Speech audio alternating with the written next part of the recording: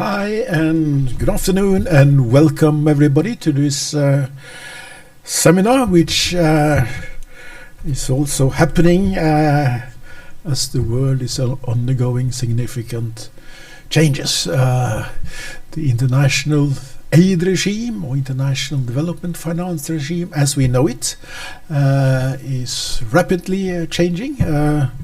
Financial resources, especially development aid, may have reached its peak in 2023, where total aid amounted to from the West, or traditional donors, amounted to some $230 billion. That is now going down, with major countries, European countries, cutting down on their aid budgets, and of course it's Trump and temporary suspension of nearly all of its aid, and then within shrinking aid budgets there is a major reallocation from the global south towards addressing humanitarian crisis and reconstruction in Ukraine. And then we have developments in the US with the Trump administration, which are putting out a series of initiatives which threatens to undermine, weaken, or even destroy several of the key dimensions in what we call the global aid architecture, the international development finance regime.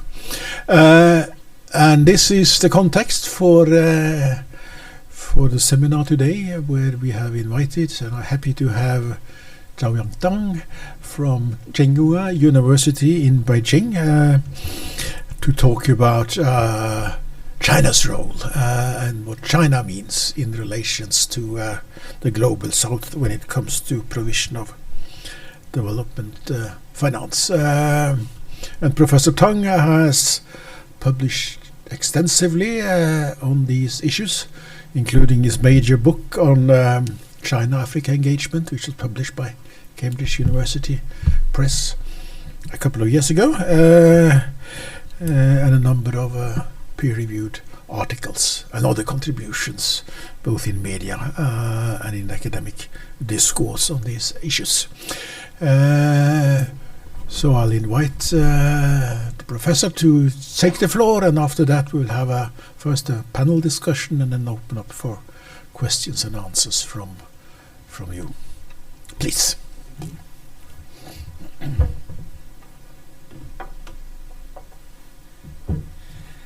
Thank you very much, Professor Tjønneland, for the invitation and for organizing this event. And also thank you very much for coming to this discussion. Just as Elling mentioned, in the current global geopolitics, China starts to playing an increasingly important role in the global arena, especially in connection with the global south. So from the Belt and Road to BRICS, then to FOCAC, so the China-Africa Forum. China is has pledged hundreds of billions RMB to the global south. That's just like a new change since 2023. China's pledge is no longer in terms of dollars, but in terms of RMB. And also China works with global partners to have some new development financing institutes like the AIIB, but also the new development, etc.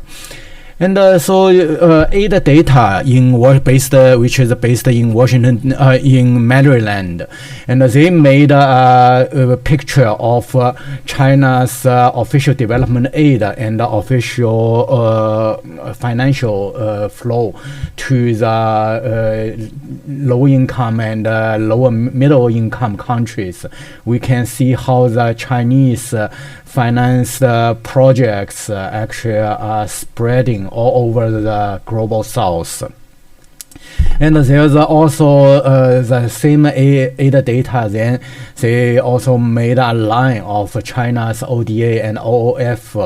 And we can see, especially in the 2015 and 2016, China's ODA, this development financing flow, which is mainly made up of OOF instead of ODA.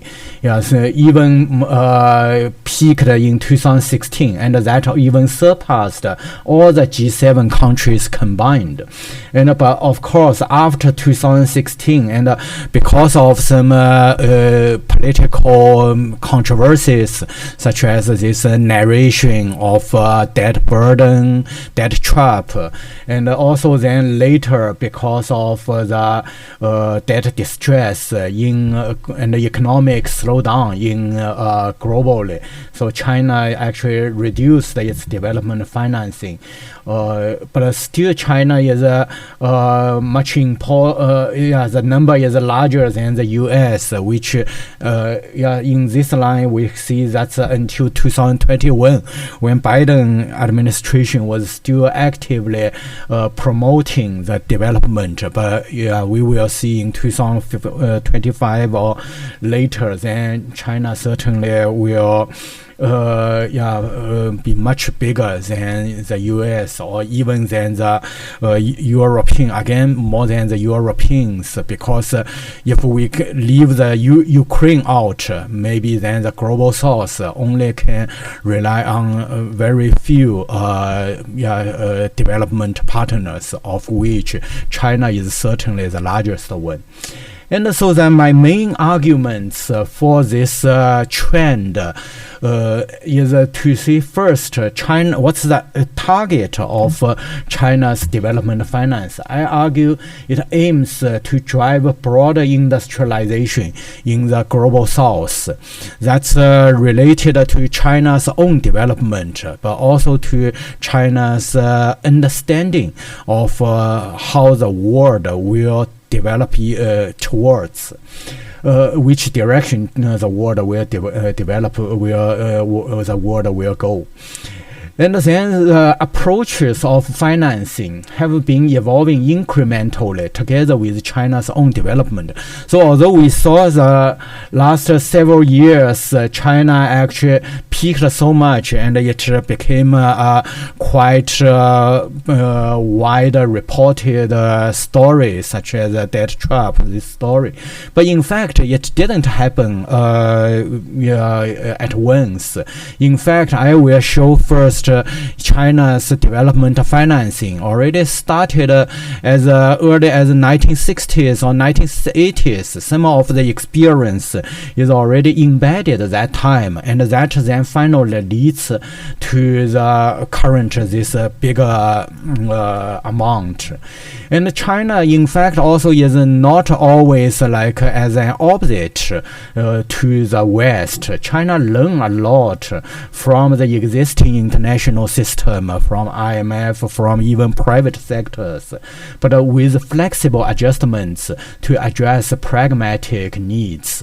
So, namely, the politics is actually, and also this conditionality, they are modified to fit some of this development pragmatism. And China's development experience call for comprehensive efforts and a long-term vision of industrialization to solve the debt distress. So this addresses the current challenge in the global south. We know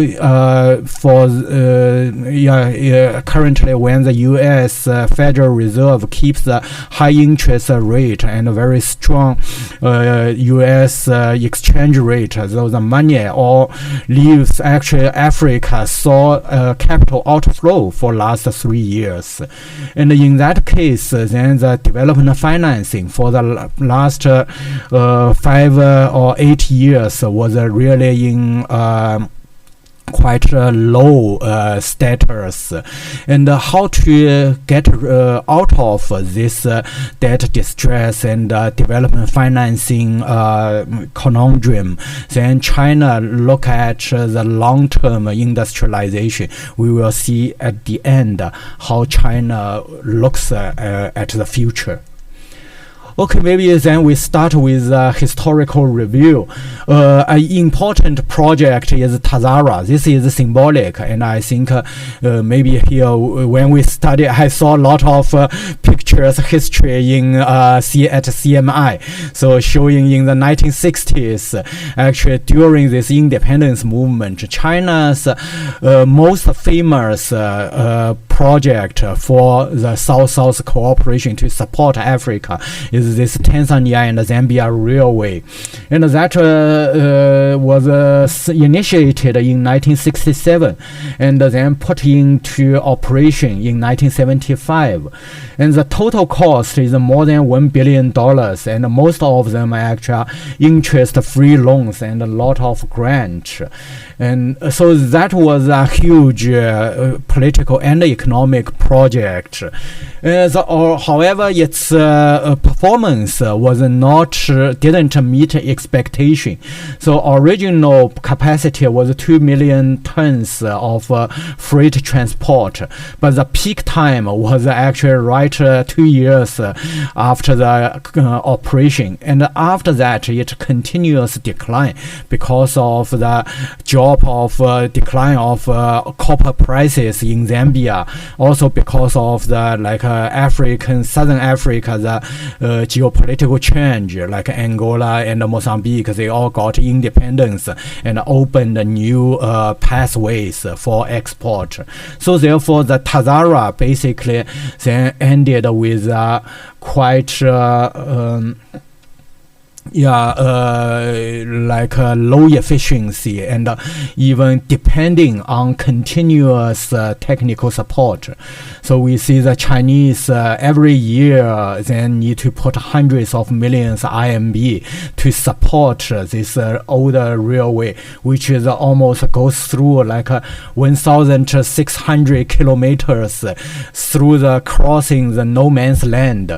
And but however, its political importance was still undeniable. So it assisted Tanzania and Zambia to go through to survive this colonialist, especially the Southern African colonialist suppression, and to promote the integration of Eastern and Southern African for at least for that period. So that was the lessons learned. First, China is still understands the larger scale infrastructure. They are critical to political and economic social development. But however, the infrastructure requires huge investment, long period, and the maintenance costs are extremely high. So although that was a project over 60 years ago, but this lesson is actually still repeatedly reminded among the Chinese policymakers and researchers. People always say, do not repeat the mistake of Tazara, while benefiting from the spirit of this South-South friendship. So after the market reform, China started to shift to this market-oriented, business-oriented projects. So among them, there are management, cooperation, or joint venture, and these are mainly to improve the efficiency of the old aid projects. And together with them, there was also some element of development finance, namely called delayed payments. Because if you want to form a new joint venture or to improve its management efficiency, then you need new machines. But these countries like Mali or Tanzania, these countries that time they were short of foreign exchange and could not really pay pay for the machines. Then China said, no worry, we first give you equipment and spare parts, etc. You can pay us with exports of leather, of cashew nuts, of cocoa coffee, this later. So this solved that machine renovation problems. But this idea actually came from Japan. That was used first by Japan to China, and then was learned by China in its own development finance. So this was how 1978, so 4 years before China worked with Africa, China first signed with Japan a long-term trade agreements, and to get first a lot of infrastructure and equipment worth of billions of dollars from Japan, and then pay back with oil, with coal and resources later. So this was just the idea of how China also changed incrementally its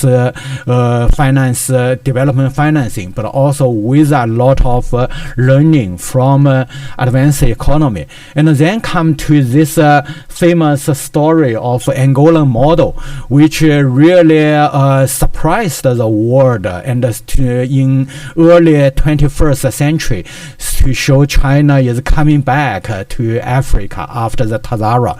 Because Angola, that 2004, it just ended 27-year civil war, and then it wanted to get some donor conference, but IMF rejected that, saying you are not transparent about your oil revenue, and you need to have elections, etc.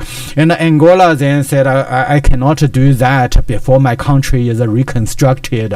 And so therefore they talked to China, which was not really good with Angola during the civil war, because China picked the wrong side, which was defeated. And but the China ministry worked with China Exim Bank, so Export-Import Bank, with Angola Ministry of Finance, arranged that deal, saying, okay, I give you $2 billion. You also then give me you do not need to repay me immediately. You can repay me with your oil sales gradually. And then they put some escrow account, and China Exim Bank gives them a very long repayment period, in total 22 years, and then very low interest rate. Angola that time had just a CCC rating, which means they need to pay usually over 10% of interest rate. But then China Exim Bank gives them a very low interest rate, and also in spite of their corruption and problems. Why China was able to do that? That's actually the tricky part, because the China Exim Bank didn't even send $1 to Angolan account. So all the $2 billion it's just a credit line, and this credit line they given to Angolan Ministry of Finance and they can report about projects like road, schools, or railways, hospitals. They report these projects, and then the China Exim Bank organized the Chinese contractors to complete this $2 billion worth project in Angola. And then after the Angolan ministry and also the Angolan owners, that means Ministry of Health Care, Ministry of Education, after they check, okay, the projects are completed, they tell the Exim Bank, and then the Exim Bank just pay directly to the Chinese constructors. So this is actually what the Chinese model unique from the Western countries, because in fact when you look at this development oil collateral loans, the Citibank or Merrill Lynch, they also did that, but they did that just within 6 months period, and then pay 10% interest rate because you had only CCC rating. But the China Exim Bank was able to do this long-term loan and low interest rate exactly because the money didn't go as this cash deposit, but actually was transferred to the projects completed by the Chinese companies, right? And also then it's secured together with this oil company Sinopec also in play. So China's energy demands were also met. So this is how this the so-called China state coordination model works, because the companies, if you look at them individually, they still follow the business logic. So for Exim Bank, they also making money, right? They will make interest loans, and they do not even worry about the corruption because the money didn't go to the Angolan bank account. And then what the Western model is, bank is bank. Then it's different from for ExxonMobil, also different from Caterpillar. Their interests are not so much related. But the Chinese Exim Bank, although they themselves make a business, they also help other Chinese companies also do the business. And each entity, they are all doing business, right? So in that way, actually, they do not really need the government in place. It's actually more just follow the business logic. They can already do achieve this deal, but it's actually a big business deal. So this is how I think the Angolan model really tells us about this coordination and comprehensive effort. And this is also something about the result. So the Rwanda 2000, this Aslak must know this old market. I forgot the Rock Santero. Yeah, Rock Sante market. And then it's already gone. But now the 2017, when you really go to the Bay Area, Vaya, then you see it's, I call it almost the Singapore in southwestern Africa. And actually my Angolan friend also says that's the first time they really saw their oil become the project benefiting their life. So that was the start of China, the current development financing model. And maybe in that context, I just introduce how this different institutions works. So the China Development Bank and China Exim Bank, Export-Import banks, they are two policy banks, or you may call it development bank. Sometimes actually Exim Bank still has a little different from CDB, because the Exim Bank also really provide sometimes the aid goes through Exim Bank, but Exim Bank also working on the commercial activities. The Angolan loans actually were commercial activities. CDB is the same. They actually in the IMF debt statistics, sometimes CDB's loan is categorized as a commercial lenders, but however they are development commercial lender. Namely, for them the interest, their own interest is a target, but not the only target. Yeah, unlike Merrill Lynch or Citibank, they also think about the comprehensive development purpose, and because of that purpose, then they also set up China Africa Development Fund or the Industry Cooperation Fund, and then later also the Silk Road Fund. These are the sovereign funds, like the Norwegian sovereign funds, which also provides funding for as equity holders for development countries. There are other more commercial banks. It's like the Bank of China, China Construction Bank. These banks, they also work in development areas, but not so much oriented as a CDB or Exim Bank. There are also CIDCA, so China International Development Development Cooperation Agency. See, people originally said they were modeled after USAID, but now as USAID is already gone, the SIDCA actually, they are also not the totally same model. SIDCA only, it's really what people call small and beautiful.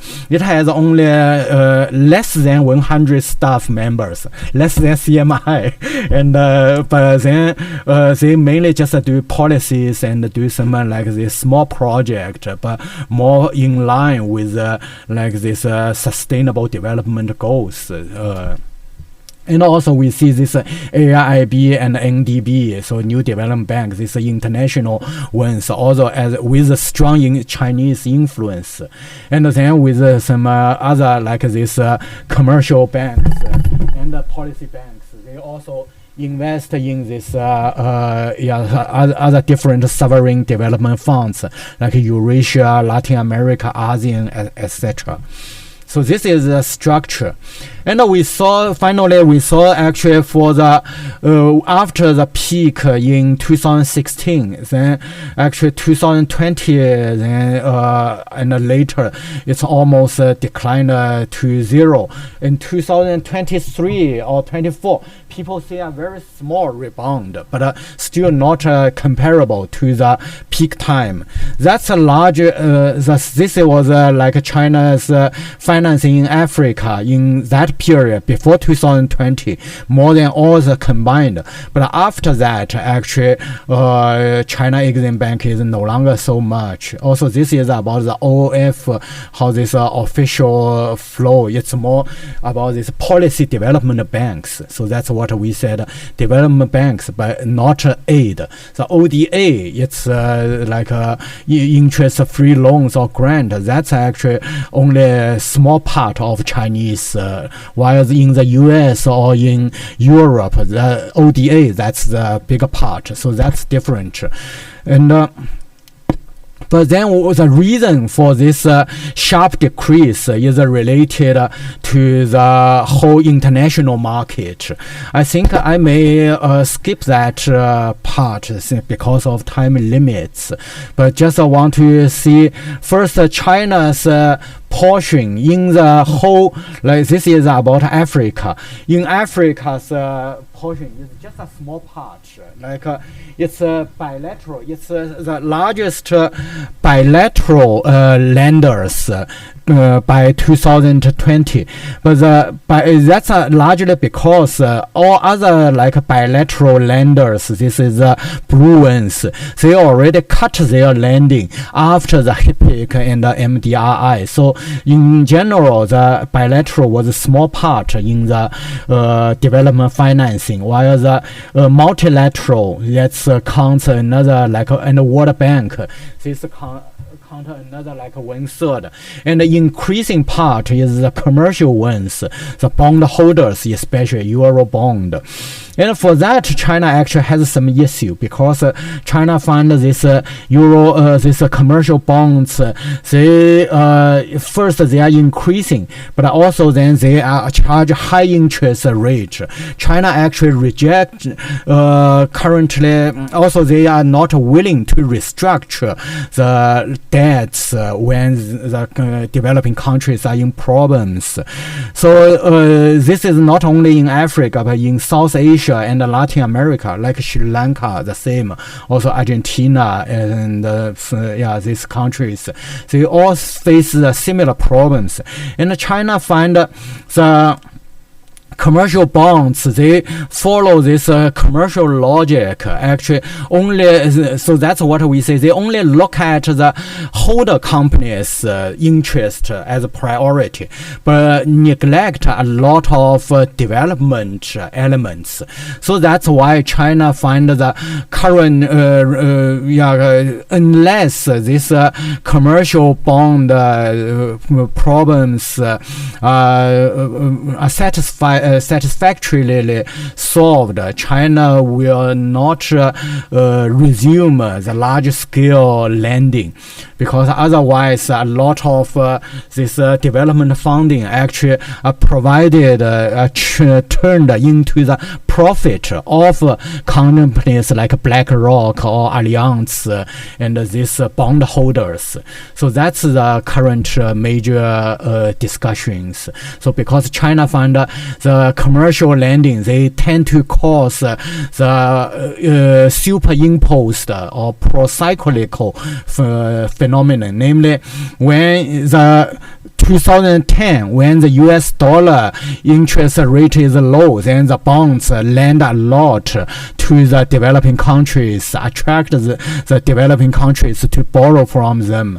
But then when the US interest rate is very high, when the developing countries really need money, then these bond holders, they either stay away or even charge a much higher interest rate. So that was China found a problem with this model of distracting the sustainable long-term development in the global south. So China's view is different. That's Li Ruogu. He was the chief of the China Exim Bank. He also criticized the HIPC, this debt reduction model. He said in that HIPC and this conditionality, that time you stop lending just because of heavy indebtment and affecting the development capacity of recipient countries. And the key is actually to form a sustainable development. And he found a lot of Western this rating and their even the DSA, so the debt sustainable assessment of IMF, they are based on assumed linear model of Western countries' experience. So namely, they already have a relatively robust or resilient financial system. But that's different in developing countries. Developing countries, they are fragile, but they may also have a very strong growth potential. So that's why China Exim Bank, they lend more for specific projects, and then want to enhance their borrowing and repaying capacity to form a virtuous circle. So that's about China Exim Bank's difference from the commercial lendings, because the commercial lending also a lot of this IMF plans, they just make deposit into the treasury of the recipient countries, but do not really specify like which projects you should work on. While the Chinese banks, we saw they actually also even bring contractors and also look at the projects, because they only provide their lendings to specific projects. Like the Tazara, actually last year in FOCAC, China then worked with Zambia and Tanzania, saying we are trying to revival this Tazara project. So this is a very targeted or tailored to the projects. And so this is lead to China's view on the infrastructure. So the development financing, its purpose is mainly why China mainly gives to the infrastructure, because in China there was this saying, if you want to be rich, you want to build a road first. But also the Chinese, they say there's a second part which is not as famous as the first part, because Tazara, it's an example of even you build the road, you do not necessarily become rich. You need also other part to work together. That's the reason is infrastructure is not just a commodity in the market, but also a prerequisite for market economy. So that's in Tazara, the reason is actually along the line, you do hardly have any other market activities, but only the copper in Chambishi region in Zambia. So therefore, when the copper stops, then you do not people do not use that anymore. So therefore, then for China, then how to solve that? It actually requires first the infrastructure important as a framework, but also the investors and industrialization and other trade and market. They are also a part of the whole transformation. So therefore, for China, then how to so this is an example of how China what really happened within China. 2017, there was a CNN report saying China's metro station is built in the middle of nowhere in the Chongqing city. And saying you see it's the metro station built in the place, and then CNN saying no, that's because of the corrupt and authoritarian government. They just want to waste money and care about nothing. But actually, in 2023, in the same station, people see actually the residential building, commercial complex, and how it looks like that. That's exactly that about this coordinated or comprehensive development. When the railway was built there, that building was also already in planned, right? So you cannot after this building already built, because even when you build the building but without the subway, then nobody wants to buy that house or live there, right? So therefore they seem like need to work together and to make I call it a teamwork in my book. So this but of course there are several years like a gap and often made a media story, but in fact if you look a little bit longer, you will see how this cooperation can really make a bigger like explosive growth potential, almost from wasteland then to a very busy commercial area just within 6-7 years, right? So this is the way also China is thinking about how to solve this debt crisis or debt distress in developing countries in the global south. A little bit of patience is needed, but also comprehensive efforts. So this is the Hichilema, so the Zambia president. I talked to him in 2019 before he became president, but he's a smart businessman and he really understood that point. And that's what he said. Actually, he didn't think that it's about China land too much or so on, but it's about how you can really make these loans to create revenue instead of and he so therefore his government is trying to work with China. Actually, I saw Professor Tjønneland made that wrote about Zambia debt in 2019, right? In fact, indeed, 2020 the country went default, and but after that, actually China worked with Zambia and also IMF to restructure the loan, and so far I find the country now is I heard it's already on the way of recovery.